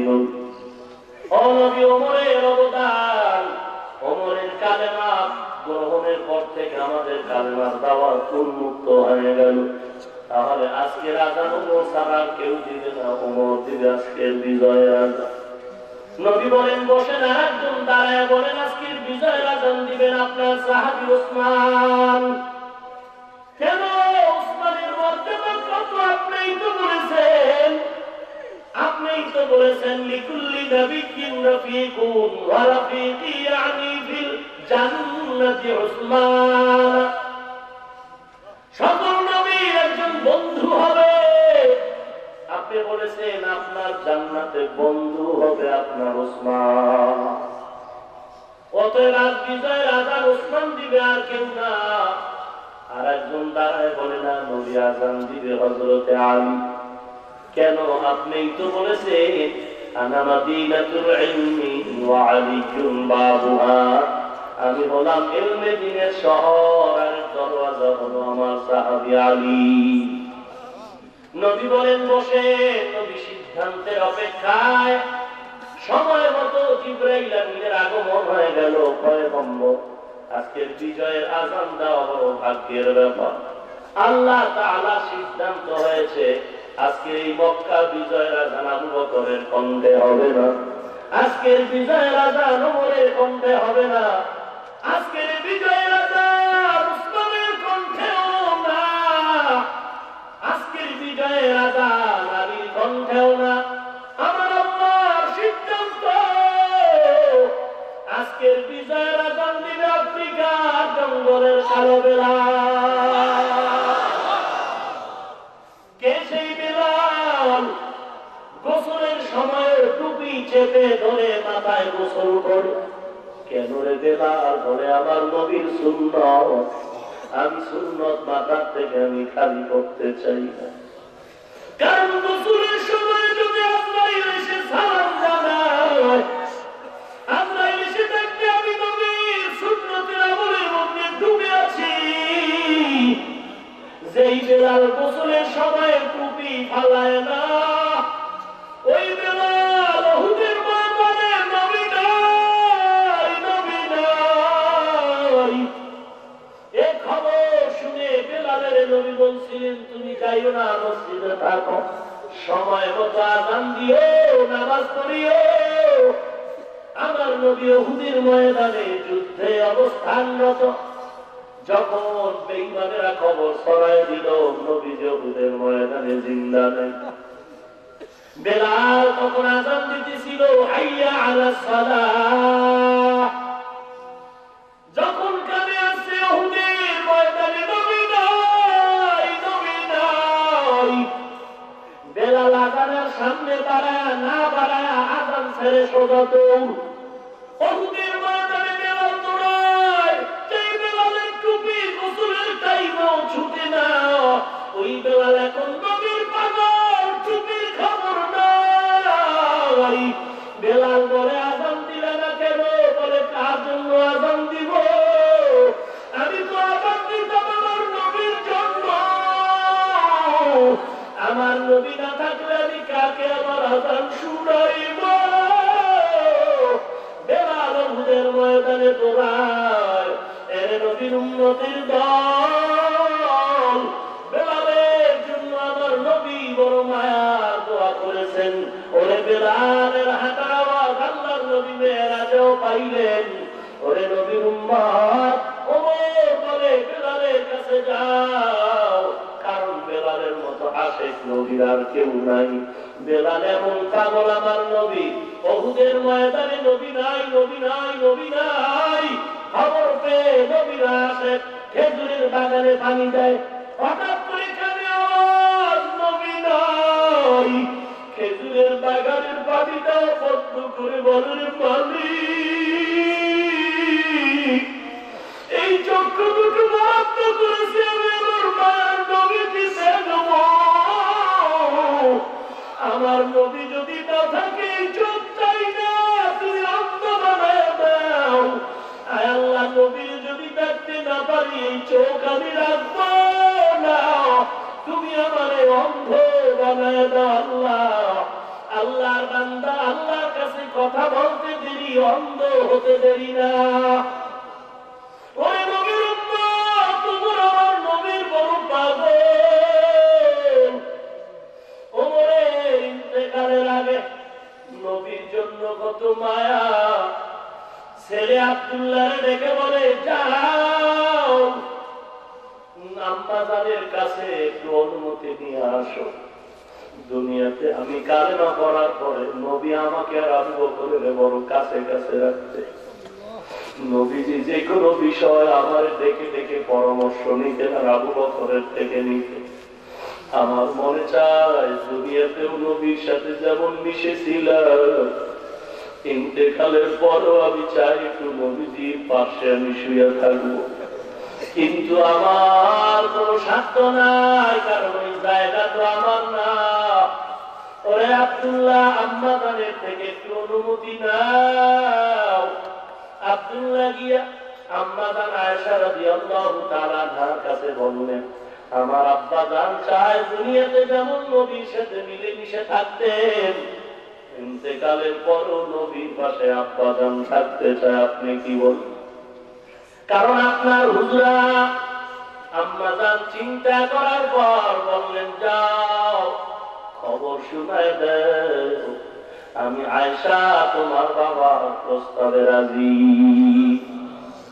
ওরে নবীর আশিকের দল, নবীর জন্য দুনিয়া পাগল, মাছ পাগল, গাছ পাগল, অথচ মুসলমানের ঘরে জন্ম নিয়ে নবীর আদর্শওয়ালা হতে পারলাম না। এর যুবক পর্দার মা বোনেরা, এর বৃদ্ধ বাবাজিরা, কতদিন আর ঘুমাইবা? হ্যাঁ, একদিন তো চির নিদ্রায় চলে যেতে হবে, আর কেউ ঘুমের থেকে থাকবে না। তবে ভালো আমল নিয়ে যদি যাও বড় শান্তির ঘুম হবে। আর যদি গুনাহ নিয়ে কবরে যাও, ওই কবরের আযাব বড় কঠিন, সহ্য করার মতো না রে মুমিন। আমার মায়ার নবীর উম্মত, অনুরোধ করে বলি যুবক, কেন নবীর আদর্শের দাড়িটা লম্বা করতে পারো না রে বাবা? কত লাভবান হয়েছ তুমি নবীর আদর্শ বন্ধ করে, নামাজ বাদ দিয়ে কত লাভবান হয়েছ। আল্লাহ সকলের সাথে বলি, নবীর আদর্শের কারণে আমাদের মতো সম্মানে কেউ নাই। এরে আল্লাহর গোলাম, টুপিদারির কারণে সম্মান কমে নাই, নবীর আদর্শের কারণে আল্লাহ তাআলা তো সম্মান দান করেছেন। সেই হাজার হাজার বছর পরে আজ আমার মাথায় নবীর আদর্শ, বডিতে নবীর আদর্শ। আপনারা এত মানুষ কষ্ট করে বসে আছেন, দাঁড়ায় আছেন, আমি জানি কেউ টাকার লোভে আসেন নাই, খানার লোভে আসেন নাই। কত মানুষ গরু, উট, দুম্বা, ভেড়া, বকরি জবাই করিয়াও, পোস্টার মাইকিং করে খানার লোভ দেখাইয়াও এত লোক জমা করতে পারে না। অবশ্যই আপনারা খানার জন্য আসেন নাই, টাকার জন্য আসেন নাই, আছেন আল্লাহর মহব্বতে, নবীর আদর্শের আকর্ষণের বাবা। ওই হাজার হাজার বছর পরেও যদি নবীর আদর্শের আকর্ষণ থাকতে পারে, তখন নবীর সামনে বসে কেমন আকর্ষণ ছিল। এর নবীর উম্মত, আমার মায়ার নবীর চেহারা দেখে হিংস্র প্রাণী পর্যন্ত পাগল হয়ে দৌড়ায়। কারণ নবীর চেহারা এত বরকত, একদিন না, দুদিন না, একটানা 7 দিনের ক্ষুধা নিয়ে যদি একবার তাকাইতো, পেটের ক্ষুধা নিবারণ হয়ে যাইত। আমার মায়ার নবী জঙ্গল দিয়া চলছেন, হঠাৎ করে জঙ্গলার পাশে গাছের সাথে একটা হরিণী বাঁধা, ইহুদি বেঁধে রাখলো। নবীকে দেখা মাত্র হরিণীর জবান খুলে গেল। নবীকে দেখে বলেন, রাহমাতুল লিল আলামিন, 3 দিন পর্যন্ত ইহুদি আমাকে শিকার করে গাছের সাথে বেঁধে রাখলো। আল্লামা জালালউদ্দিন রুমি রাহমাতুল্লাহ আলাইহি বলেন, ঘটনা লিখেছে, হরিণী বলে, ও পয়গম্বর, জঙ্গলে আমার বাচ্চা আছে, মা মা মা বলে চিল্লায়। আমার মনটা চায় একটু দুগ্ধ পান করায় চলে আসবো, ইহুদি থেকে একটু অনুমতি নিয়ে দেন, আমি বাচ্চাগুলোকে দুগ্ধ পান করায় চলে আসবো। মায়ার নবী চিন্তায় পড়ে গেলেন, কি করি, যাব কি যাব না? আল্লাহ জানায় দিলেন, নবী ইহুদির বাড়ি যাওয়া তার হেদায়েতের কারণ। মায়ার নবী ইহুদির বাড়ি চলে গেল। ও ইহুদি ভাই, গাছের সাথে হরিণী বাঁধা, বলে, হ্যাঁ কে বেঁধেছে? আমি। কয়দিন? 3 দিন। বলে, একটু যদি সুযোগ দাও, হরিণীকে ছেড়ে দাও আমার হাতে। বাচ্চাগুলো কান্না করে, মা মা বলে ক্ষুধার তৃষ্ণায় দুধ পান করায় চলে আসবে। ইহুদি বলে, শুনছি তোমাকে মানুষ পাগল বলে, আসলে যে তুমি পাগল, বাস্তবে প্রমাণ দিলা না। আলহামদুলিল্লাহ, হরিণে ছেড়ে দিদা চলে আসবে, এটা মানুষের কথা, পাগল? মায়ার নবী বলেন, ইহুদি ভাই, আপনার যদি কোনো সন্দেহ হয় তাহলে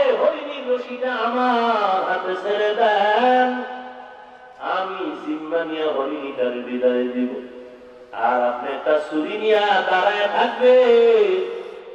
সময় মতো যদি হরিণী ফিরে না আসে, হরিণীর গলার ছুরি আপনি আমার গলায় লাগাই দিবে। ইহুদি বলে, মুহাম্মদ নামের লোকটাকে মারার জন্য কত অপকৌশল করলাম, পারি না। তাহলে এই কৌশলটা ছাড়া যায় না। চলো, হরিণীটা কখনো আসবে না। ইহুদির মনে খুশি, মুহাম্মদের বিদায় করে দিব।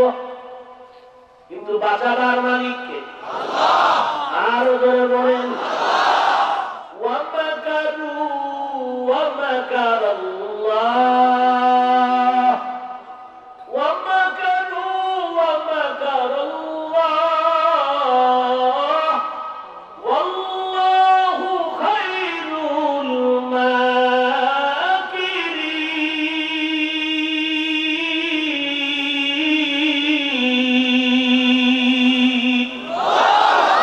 এই কালামে জিন্দা কুরআনে হাকিম মুকরিউ লা ইয়াজাল সুতু কাদিম জামিউল ইলম ফিল কুরআনে হাকিম তাকাসার আনহু আফহামুর রিজালি।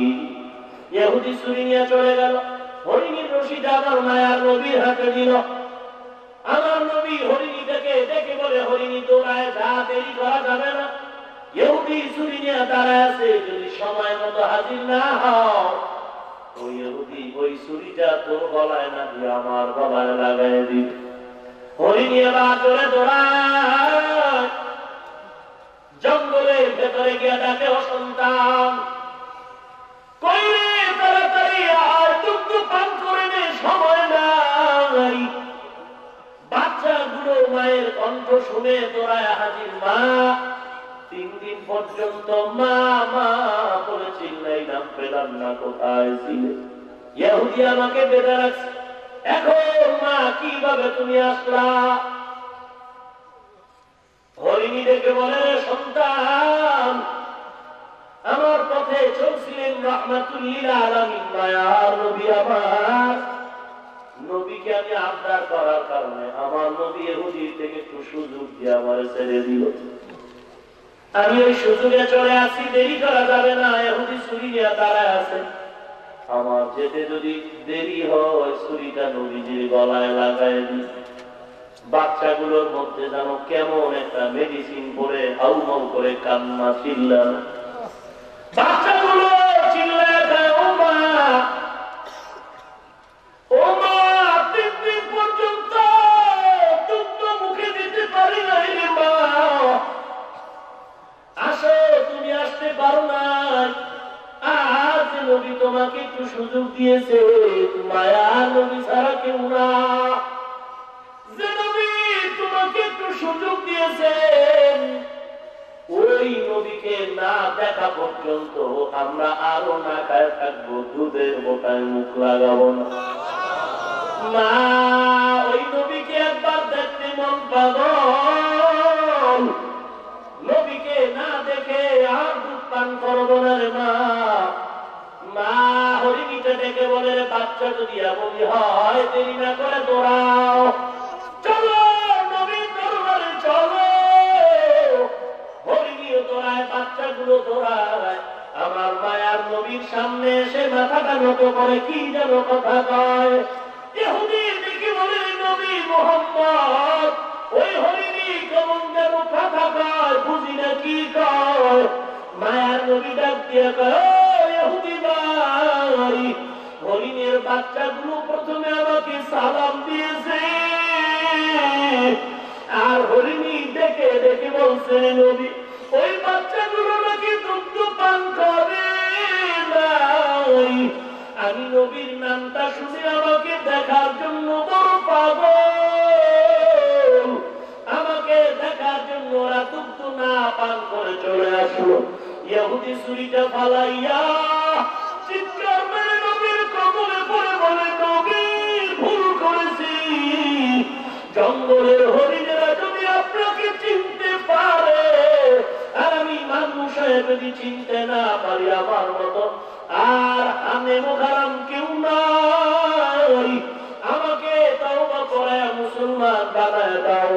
এরে নবীর উম্মতের দল, মাথা গরম হয় নাই যুবক। টুপির কারণে দাড়ির কারণে আমাদের জ্ঞান কমে যায় নাই। অনুরোধ করে বলি পা দুটো পারলে আগায় দাও, আমি পায়ে হাত রেখে বলি আর দাড়ি কেটে নবীর কাদায় নারী যুবক, নামাজ বাদ দিয়ে নবীর কাদায় না। দুনিয়া স্বপ্নের মতো কোনো কিছুই না রে বাবা। কই তোমার মা, কই তোমার বাবা, কেউ তোমার আপন না, কেউ তোমার আপন না। আজকে দেখো মা বাবার সাথে আঘাত লাগলে মা বাবা সন্তান ভুলে যায়, সন্তানের সাথে আঘাতে মা সন্তান মা বাবারে ভুলে যায়।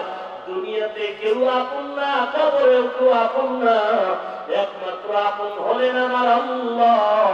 আজকে যদি শার্ট প্যান্ট করে চলতাম কেউ বাধা দিত না, আজকে যদি আমি রাস্তায় উল্টা পাল্টা চলতাম কেউ ফিরাতো না। না রে বাবা, টুপিদারির কারণে আমাদের সম্মান কমে নাই রে মুমিন। আমরা মাথা নষ্ট করেও চলি না রে বাবা। এত কষ্টের মাঝেও কেন চলি? কত রিক্সাওয়ালা শহরের ভেতরে রিক্সা চালায়, মাথায় পাগড়ি, গলায় তার জামা, আজান যখন হয় রিক্সা বন্ধ করে সেজদায় পড়ে যায়। কত মানুষ গালি দেয় তারপর টুপি পালায় না, কত মানুষ গালি দেয় তারপর দাড়িটারে পালায় না। কত কষ্ট করে যে সংসার চালায় বুঝাবার কোনো ভাষা নেই। এর নবীর উম্মত ব্যাপার কি? ব্যাপার আর কিছু না, জাহান্নামের আযাবের ভয়, অন্ধকার কবরে শাস্তির ভয়। কারণ আমার নবীর কথা সত্য, কোরআনের কথা সত্য রে বাবা। তোমার অন্তর যদি বলে কোরআন সত্য, কোরআন খুলে খুলে বাংলা তর্জমা করো, দেখো কোরআনের তর্জমাও সত্য। কমপক্ষে কোরআনের শেষের দিকে কয়েকটা সূরার তর্জমা করে দেখিও। আল কারিআতু মাল কারিআহ ওয়া মা আদরাকা মাল কারিআহ ইয়াউমা ইয়াকুনুন নাসু কাল ফারাশিল মাবসুর ইযা যুলজিলাতিল আরদু জিলজালাহা ওয়া আখরাজাতিল আরদু আসফালাহা ওয়া ক্বালাল ইনসানু মা লাহা ওয়াইলুল লিকুল্লি হুমাযাতিল লুমাযা الذي جمع مالا وعدده يحسب أن ماله أخلده ألهاكم التكاثر حتى زرتم المقابر। এই সূরাগুলোর ভেতরে শুধু জাহান্নামের বয়ান। এই তরজমাগুলো পড়ে দেখো, যদি তোমার অন্তর বলে কোরআন সত্য, যে সূরার অর্থ সত্য, এবার সিদ্ধান্ত নাও সূরার তরজমার সাথে বাস্তব আমল মিলে যদি দেখো জাহান্নামের বয়ানের সাথে তোমার মিল হয়ে গেল, তাহলে তুমি কপালে লিখো তুমিও জাহান্নামের একজন আসামি। বিশ্বাস করো না রে বাঙালি, এজন্য আল্লাহ মাঝে মাঝে কবরে আগুন দেখায় দেয়, বিচ্ছু দেখায়, ধোঁয়া দেখায়। আবার কত কবরে 20 বছর 30 বছর পর কাফন সহ তাজা লাশের খবর পাওয়া যায়। যত কবরে আযাবের খবর পাই, সব কবর গুলো বেনামাজি বেপরদাওয়ালার কবর। আর যত কবরে লাশ তাজা পাওয়ার খবর পাই, সব হলো পর্দাওয়ালা নামাজির কবর। কয়েক বছর আগে ঢাকা মুন্সিগঞ্জ কাঠপট্টি এলাকায় এক বড় মাস্তানের ইন্তেকাল হলো। ওই মাস্তান এমন কোন গুনাহ নাই যে গুনাহ করে নাই। ইন্তেকালের পরে ছেলে, বড় ছেলে বাবার লাশ নিয়ে কবরে নামলো। কবরে নেমে সাত গায়ে লুঙ্গি পরা যুবক বাবা তখন কাফন করে ঘরে চলে গেল। সাদের পকেটে ছিল 500 টাকার বড় একটা বান্ডিল। হাত দিয়ে দেখে টাকা নাই, কই গেল আমার টাকা? চিন্তা করে বের করলো, আমি বাবার লাশ নিয়ে কবরে নেমেছি, আমার টাকার বান্ডিল হয়তো কবরে পড়ে আছে, তাহলে টাকা তো কবরে কাজে লাগবে না। চট্টগ্রামের মুসলমান বলো, কবরে টাকা কাজে লাগবে? তাহলে কেন টাকা দাও রে ভাই? যদি জানো আল্লাহওয়ালার মাজারে মাদ্রাসা আছে, মসজিদ আছে, ওখানে খরচ হবে, তাহলে তুমি তদন্ত সূত্রে দিলে লাভ হবে। যদি জানো না এ টাকা দিনের পথে খরচ হয় না, ওখানে দেওয়া তোমার বোকামি ছাড়া কিছুই না। সন্তান বলে চলো কবরের থেকে টাকাটা নিয়ে আসি, চলো সবাই। আমার সন্তান লোকজন নিয়ে কবরের পাশে গিয়া টাকা নেওয়ার জন্য পার্শ্ব কবরের মাটি সরানো শুরু করলো। কিছু মাটি সরানোর পরে কবরটা কিছুটা ফাঁকা হয়ে গেছে। ফাঁকা হওয়া মাত্র তাকায় দেখে কবরের মধ্যে ধোঁয়া আর ধোঁয়া, কবরের ভিতরে বিকট আওয়াজ। কেউ জোরে চিল্লায় দৌড়ায় গেল, কেউ বেহুশ হয়ে পড়ে গেল। আলেম ওলামা ডাকলো, দোয়া করলো, ধোঁয়াটা কিছু সময়ের জন্য ঠান্ডা হলো।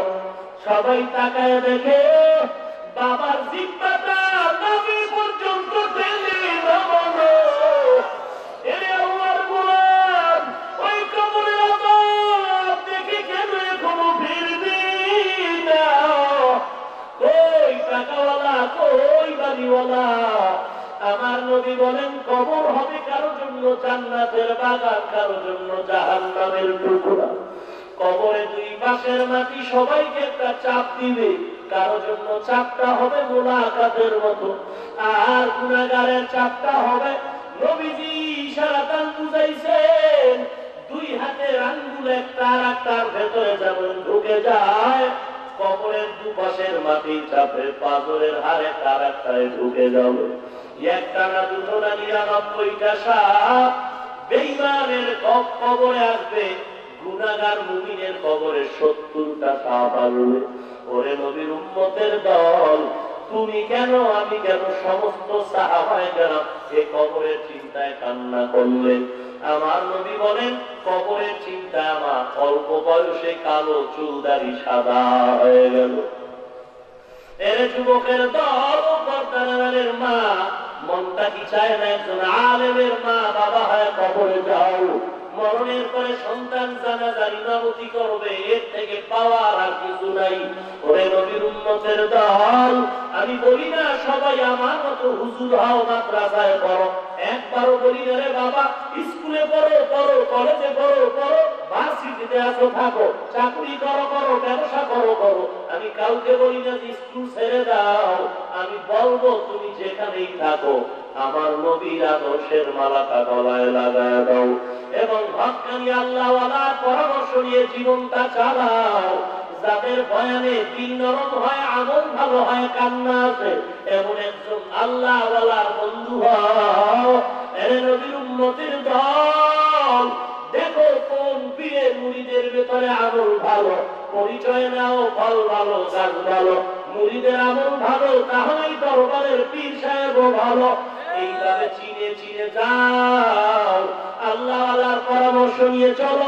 এশার নামাজের পরে 1 ঘন্টা সময় মসজিদের ইমামকে দিয়ে কমপক্ষে নামাজের সূরাগুলো শুদ্ধ করে নাও, কারণ অশুদ্ধ কেরাতে নামাজ হবে না। এবং 5 ওয়াক্ত নামাজ পড়ো, দাড়িটা লম্বা করো। চাকরি থাকার যাক, আমার গলায় ছুরিও যদি হওয়া লেগে যায়, আমি নবীকে বেজার করবো না, আল্লাহর বিরোধিতা করবো না। নবীর আদর্শের মালা গলায় লাগাও, তওবা করো, খাঁটি মনে তওবা করো। আল্লাহ রিজিক দিবেন আল্লাহ, হায়াতের মালিক আল্লাহ। আমি আর জীবনে নামাজ ছাড়বো না, বেপরদায় চলবো না, মা বাবার খেদমত করবো, মুরব্বীদের সাথে আদব রক্ষা করে চলবো। আমি আমার নবীর সুন্নতের আমল অনুযায়ী চলবো। অন্তর যদি ভালো হয়, ভেজাল যদি না থাকে, মুনাফিকি যদি না হয়, খাঁটি নিয়তে দুটো হাত আল্লাহকে দেখায় দাও। আল্লাহ সকলের হাতগুলো কবুল করে নেন, দাড়িওয়ালা 5 ওয়াক্ত নামাজি বানায় দেন, ঈমান ও আমল মজবুত করে দেন, সুন্নতের আমলওয়ালা জিন্দেগি দান করেন, কামাই রুজি ব্যবসা চাকরিতে ভরপুর বাড়ায় দেন। আয় আল্লাহ হালাল বরকতে রিজিক দান করে, আমাদের থেকে হিংসা দূর করে ইখলাস দান করেন, আমাদের তওবা কবুল করে নেন, তওবার উপরে মজবুতি হওয়ার তৌফিক দান করেন, গুনাহের প্রতি ঘৃণা জমায় দেন। আয় আল্লাহ নবীজির প্রতি মোহাব্বত বাড়ায় দেন। আয় আল্লাহ দুনিয়ার লোভ অন্তর থেকে দূর করে দেন। কামাই রুজি ব্যবসা চাকরিতে হালাল বরকত বাড়ায় দেন। আমিন। আলহামদুলিল্লাহি রাব্বিল আলামিন। والصلاة والسلام على سيد الأنبياء والمرسلين وعلى آله وأصحابه أجمعين يا أرحم الراحمين يا أرحم الراحمين يا أرحم الراحمين رب ارحمهما كما ربياني صغيرا رب ارحمهما كما ربياني صغيرا ربنا ظلمنا أنفسنا وإن لم تغفر لنا وترحمنا لنكونن من الخاسرين ربنا آتنا في الدنيا حسنة وفي الآخرة حسنة وقنا عذاب النار اللهم إنك عفو تحب العفو فاعف عني اللهم نور قلوبنا بنور معرفتك اللهم طهر قلوبنا عن غيرك يا الله গভীর রাত সকলের দরওয়াজা বন্ধ বাড়িওয়ালার গেইটে তালা লেগে গেল কিন্তু আপনার রহমতের দরওয়াজায় তালা নাই রে মালিক গভীর রাতে আমরা গুনাহের বোঝা নিয়ে হাজির হয়েছি রে আল্লাহ আমরা কেউ টাকার জন্য আসি নাই রে মালিক কেউ আমরা খানার লোভে আসি নাই কত ওলামায়ে কেরাম কত মুরব্বী হাজী সাহেব কত যুবক কত ছাত্র ভাই কত ছোট ছোট বাচ্চা ব্যবসায়ী শ্রমিক ভাই মাইকের আওয়াজ পেয়ে কত মা বোনেরা হাত তুলেছেন রে আল্লাহ আমরা সবাই গুনাহগার জাহান্নামের আসামি রে আল্লাহ সন্তান মাঠে খেলা করতে করতে এক পর্যায়ে ধুলা বালু লাগায় জামা কাপড় ময়লা করে ফেলল দুর্বল হয় মা মা ডাকে আর বলে আমাকে কোলে নাও মা বাবায় সন্তানের কোলে নেওয়ার জন্য এসে দেখে শরীরে ধুলা মা বাবায় বলে ধুলা বালুর কারণে তোমাকে কোলে নিব না বাচ্চা তখন কান্না করে আবার মাটিতে লুটিয়ে পড়ে মা বাবা মায়ার কারণে আর সন্তানের ফালায় রাখে না কোলে নিয়ে চুমু খায় ধুলা বালু নিয়ে মা কোলে নিয়ে চুমু খায় ও দয়ার মালিক দয়াময় আল্লাহ এ দুনিয়া নামক খেলার মাঠে আমরা আছি গুনাহে ধুলা বালু দিয়া জীবনটারে নাপাক করেছি রে আল্লাহ সেই হাত উঠায় দোয়া করি এই হাত দুটোরেও ধুলা বালু দিয়া নাপাক করেছি রে আল্লাহ গুনাহের ধুলা বালু দিয়ে আমার চোখ দুটোকে নাপাক করেছি রে মাওলা গুনাহের ধুলার দ্বারা আমার জবানটারে নাপাক করেছি রে আল্লাহ গুনাহের ধুলা দিয়ে আমার অন্তরে নাপাক করেছি গুনাহের ধুলা দ্বারা আমার পাও নাপাক পুরা জিন্দেগিটা গুনাহের ধুলা বালু দিয়ে নাপাক করে আপনাকে ভুলি নাই আপনার দরজা ছিঁড়ে মাওলা জীবনে আপনাকেও দেখি নাই আমার মায়ার নবীরও দেখি নাই রে আল্লাহ কোরআন হাদিস অনুযায়ী টুপি পরলাম দাড়ি রাখলাম নবীর আদর্শ এত সুন্দর না জানি আমার নবী কত সুন্দর ও দয়ার মালিক কত মানুষ টুপিওয়ালা বলে গালি দেয় দাড়িওয়ালা বলে গালি দেয় কত মানুষ মোল্লা বলে গালি দেয় মাদ্রাসায় পড়ার কারণে গালি দেয় এরপর আপনার গোলামরা টুপি ফালায় না দাড়ি ফালায় না একমাত্র জাহান্নামের আযাবের ভয় আয় আল্লাহ মা বাবার থেকে আপনার মায়া তো অনেক বেশি রে আল্লাহ গুনাহের ধুলাবালু থেকে তারা দিয়েন মারে মালিক দয়ার নজরে নবীজির উসিলায় আমাদের মাফ করে দেন এ মাহফিল কবুল করে নেন আয় আল্লাহ মাহফিলের আয়োজন কষ্ট করলো, মাইক লাইট প্যান্ডেল দিল, টাকা পয়সা দিল, জনপ্রতিনিধি প্রশাসনিক ভাবে তারা সহযোগিতা করেছেন, কবুল করে নেন। আলোচনার ভুল ত্রুটি ক্ষমা করে সওয়াবটুকু নবীজির রওজায় পৌঁছায় দেন। আদম নবী থেকে আজ পর্যন্ত যত মুমিন মুমিনা কবরে সবার উপরে পৌঁছায় দেন। আয় আল্লাহ, মেহেরবানি করে আমাদের কবুল করে দেন। জীবনে একবার যদি হয় সুন্দর কাবা নবীজির রওজা জিয়ারতের তৌফিক দান করুন। ঘুমের ঘরেও যদি হয় নবীজির সাথে মোলাকাত করায় দিন আল্লাহ। নবীজির উসিলায় আমাদের দোয়া কবুল করে নেন। আয় আল্লাহ, ঘরে ঘরে কোরআন সুন্নাহর বাতি জ্বালায় দেন। মা বোনদের আবেদা পর্দানিশী বানায় দেন। ছেলে সন্তানগুলো নেককার বানায় দেন। দাম্পত্য জীবন সুখময় করে দেন। ঘরে ঘরে কোরআনওয়ালা সন্তান দান করেন আল্লাহ। আয় আল্লাহ, সমস্ত মসজিদগুলো কবুল করে নেন, মাদ্রাসাগুলো কবুল করে নেন। এর পেছনে যারা খেদমত করে সবাইকে কবুল করে নেন। সারা দুনিয়ায় শান্তি দান করেন। এ বাংলাদেশ শান্তির দেশ বানিয়ে দেন। ইসলাম এবং দেশ রক্ষা করে যারা কবরে গেল জান্নাত দান করেন। এখনো যারা চেষ্টা করে কবুল করে নেন। আয় আল্লাহ, জালিমের মুনাফিকের মুনাফিকির থেকে দুশমনের থেকে হেফাজত করেন। বাতিলের মোকাবেলায় বিজয়ী করেন আল্লাহ। ঈমান ও আমল মজবুত করে দেন আল্লাহ। আয় আল্লাহ, যারা ব্যবসা করে, চাকরি করে, লেখাপড়া করে সফলতা দান করেন আল্লাহ। কামাই রুজিতে হালাল ভাবে বরকত বানায় দেন। আপনার কাজ ওলিদের বন্ধু বানায় দেন। ওলিদের নাম নিয়ে যারা ধোঁকা দেয়, ইসলামের ব্যানার টানায় যারা ধোঁকা দেয় এবং মুনাফিক থেকে হেফাজত করেন, বাতিলের মোকাবেলায় বিজয়ী করেন আল্লাহ। আয় আল্লাহ, সমস্ত দ্বীনি মাদারিসগুলো কবুল করে নেন। উলামায়ে আহলে হক করে এক নেক বানায় দেন আল্লাহ।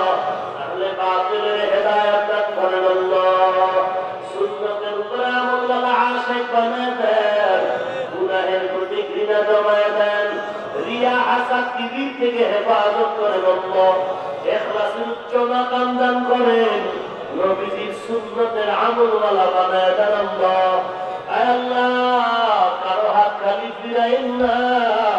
নবীজির উসিলায় সকলের দোয়া মোনাজাত কবুল করে দেন। মোনাজাতের পরে সবাই বাড়ি চলে যাবে। কেউ গিয়া দেখবে মা এখনো ঘুমায় না, সন্তানের অপেক্ষায় বসে আছে। আবার একদল বান্দায় ময়দানে আছে যাদের মা নাই, বাবা নাই।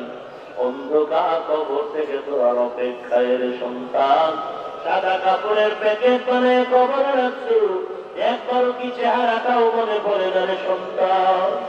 আয় আল্লাহ, কুদরতের নজর দিয়ে দেখে এ ময়দানের ভেতরে কারা মা বাবা হারাইয়াছি। ইয়াতীমের দিকে তাকাইও কি মায়া হবে না আল্লাহ। ইয়াতীমদের উসিলায় মোনাজাত কবুল করে নেন। কবরগুলো জান্নাতের বাগান বানায় দেন আল্লাহ। যারা বেঁচে আছেন হায়াত বাড়ায় দেন আল্লাহ।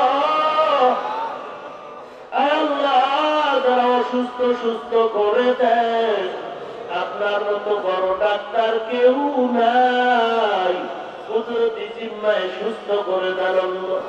আয় আল্লাহ, গুনার কারণে দিল পাথর, চোখে পানিও নাই। কোরআনের বরকতে দিলটা নরম করে কান্নার তৌফিক দান করেন আল্লাহ। কান্নাওয়ালা চক্ষু দান করেন আল্লাহ। জিকিরওয়ালা জিহ্বা দান করেন আল্লাহ। আখিরাতের ফিকিরওয়ালা কলব দান করেন আল্লাহ। আয় আল্লাহ, এই ময়দানে গুনাহগারের অভাব নাই রে মালিক, তবে আমার মতো জাহান্নামের আসামি কেউ নাই রে আল্লাহ। নফসের ধোঁকায় পড়ে অপরাধ করেছি,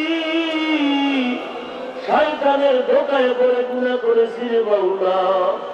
গুনাহ অবস্থায় কবরে ডাক দিয়েন না রে মালিক। কবরের দুই পাশের মাটির চাপ সহ্য করতে পারবো না রে আল্লাহ। আল্লাহ, ময়দানে কি কান্নাওয়ালা গোলাম নাই? আল্লাহ, কান্নাওয়ালা চক্ষু দান করেন আল্লাহ।